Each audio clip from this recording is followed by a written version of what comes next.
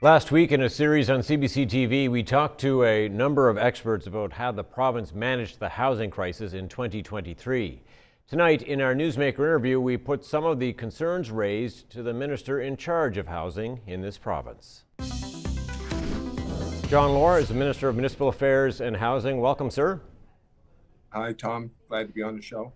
Sir, experts in our recent housing series say not enough has been done to make housing affordable in this province over the last year or so. What is your response to those critics in 2024? Well, Tom, we've done an incredible amount as government, including historic announcements for new builds in public housing, and we've gotten national attention for some of our programs like our community housing acquisition program and our making government land available for development. So we're doing a lot. That being said, we know we need to do more. We'll continue to work hard on it. Yeah, we know it's a big task. Everyone does.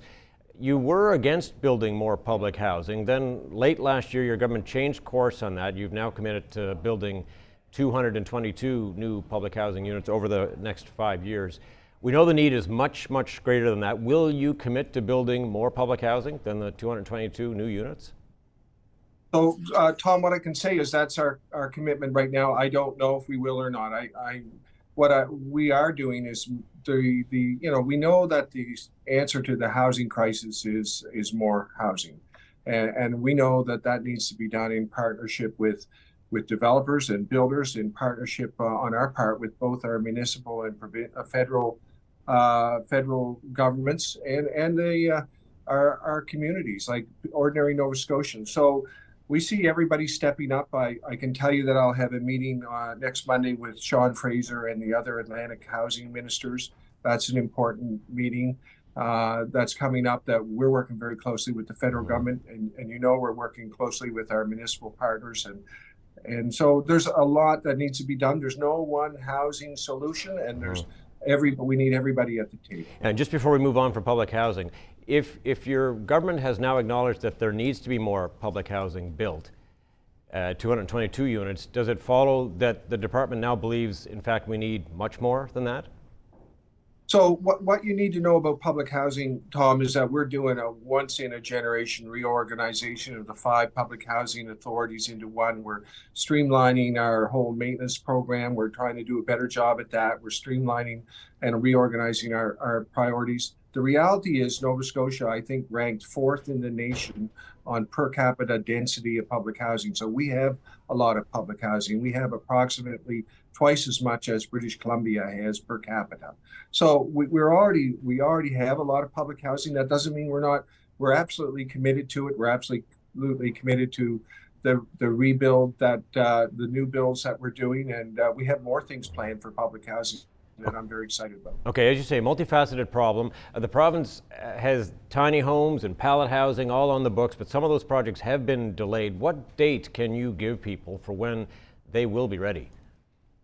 So, Tom, I think you would agree that we've been willing to try lots of things. So we've done many different things. Some of those things that you've just mentioned, those projects are underway. When you do new things you haven't done before, sometimes there's unexpected things you're learning. So in terms of exactly when they will be ready, I can't tell you right now, but I can tell you that every part of our government wants to see them here yesterday. So we're working very hard to get those projects done. Can we talk about market housing for a moment? Your government has a plan to stimulate the construction of more than 40,000 homes, and your government has talked about that. But what will you do to entice the developers to invest in that housing rather than, say, have them invest in the stock market?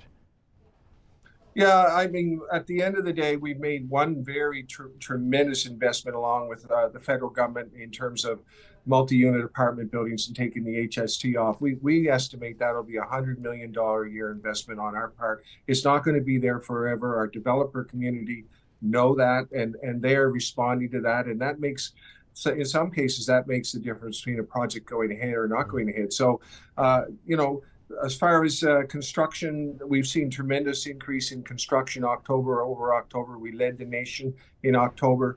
Obviously, it's a many-faceted issue. We know we need more construction workers. We need more workers of all sorts. So there's many parts to this. We're working on all of those parts to solving the housing But crisis. how concerned are you when you hear the Developers Association say, as they said to us last week, what the government has planned now is not enough to overcome even high interest rates and entice them to build more? Well, what I can say is if we're not doing enough, we'll do more. We recognize the scope of the problem. We recognize it's a once in a generation problem. I can't tell you what personally I feel very privileged to be here at this moment in time, knowing that we're actually we're in a housing crisis, but it's an opportunity. We're facing once in a generation true growth in Nova Scotia. We need to do everything possible to capitalize on that. And I know ordinary Nova Scotians. I talk to ordinary Nova Scotians who say, "John, I'm looking at making an apartment out of my house, or I'm looking at taking in someone on Happy Pad." So even ordinary Nova Scotians see the housing crisis and are responding and are conveying to me their concerns. And we know that our builder community is working flat out. And anyone in the construction industry, you know how hard it is if you're building something, even to get a tradesperson. So everybody is working flat out right now. So I don't accept that our government programs are not getting us in the right direction. The question is it going to be enough? Is it going to be fast enough? That's a question that worries me. Well, along those lines, absolutely. Along those lines, let me ask you, I mean, one of the big things your government did was step in and take more power away from the city of Halifax so the province could approve more developments faster.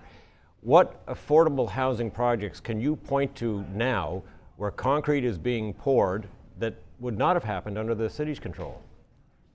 So what I can tell you, Tom, is that when we came into government, there were projects that had been 7 years in the queue. And that just wasn't acceptable. And we were getting in 2021, the fall of 2021, we were well into a housing crisis. So we've worked very closely. I mean, the reality is we have HRM. The planning department is still part of that process. We've always said that everything that we do would not circumvent the municipal planning strategy, would not circumvent all the required permits. We were just trying to take time off of those projects. So there's projects underway right now. Can you point to a project in Halifax right now that you get off the ground because of that? Well, I think the Mount Hope one is got shovels in the ground right now. Your government wants people to use the shelters. Do you think it's helpful that Halifax allowed electrical generators for the tenders and Grand Parade, and people are buying tents for the homeless, or will that make it harder to direct some people into the more secure housing? So, I mean, I certainly respect that the HRM is involved, and any decision they make, I'm sure they had good reasons to make it. So we've, as a government, been very committed to shelters. When we came into government in 2021, I think there was approximately 120 shelter bids across the province. Now there's 500 or 600, but we know we need to do more. We've invested in the overlook, in the bridge. So there's a lot that we are doing, but Tom, to be honest, we know we need to do more. The problem continues to be there. We're deeply concerned about it. We certainly respect HRM and anything they're doing to help the homeless, and we want to work with them. All right, no doubt you and I will be talking more about this in 2024. Do appreciate your time today. Thank you. Thank you, Tom.